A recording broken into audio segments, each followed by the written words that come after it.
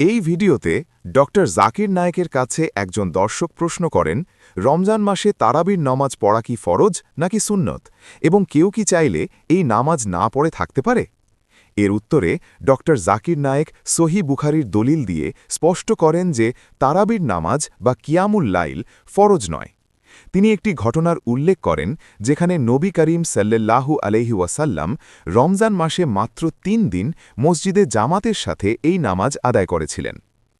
হাদিস অনুযায়ী প্রথম দিন কিছু সাহাবী তার সাথে নামাজে যোগ দেন। খবর ছড়িয়ে পড়লে দ্বিতীয় ও তৃতীয় দিন মসজিদের লোকসংখ্যা অনেক বেড়ে যায়।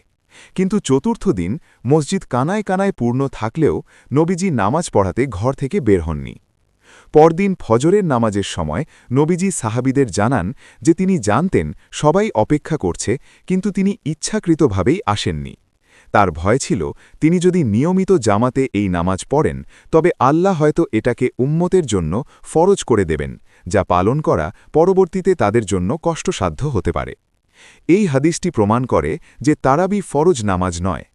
তবে ডক্টর জাকির নায়েক আরেকটি হাদিসের মাধ্যমে এর অত্যাধিক গুরুত্ব তুলে ধরেন।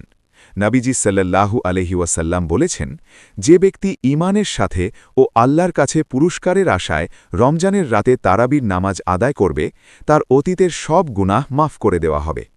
তাই ডক্টর জাকির নায়েকের চূড়ান্ত সিদ্ধান্ত হল, যদিও তারাবি ফরজ নয়, এটি একটি সুন্নাতে মুয়াক্কাদা বা অত্যন্ত গুরুত্বপূর্ণ সুন্নত।